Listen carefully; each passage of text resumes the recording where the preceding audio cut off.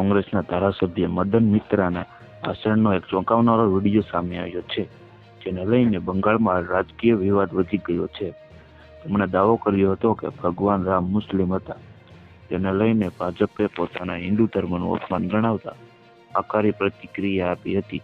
બંગાળીમાં આપેલા પોતાના ભાષણમાં મિત્રાએ પહેલા એક હિન્દુ શ્લોકનું પઠન કર્યું અને પછી હિન્દુ ધર્મના ભાજપ અર્થઘટન પર હુમલો કર્યો હતો. તેમણે કહ્યું કે તેમની ટિપ્પણીઓનો હેતુ હિન્દુ ધર્મને નિશાન બનાવે છે, બદલે ભાજપ નેતૃત્વ હિન્દુ ધર્મ પ્રત્યેની સમાજ પર સવાલ ઉઠાવવાનો હતો. ભાજપના પ્રવક્તા પ્રદીપ ભંડારીએ આ ટિપ્પણીઓની સખત નિંદા કરતા કહ્યું કે ભગવાન શ્રી રામ હિન્દુ નહીં પણ મુસ્લિમ હતા.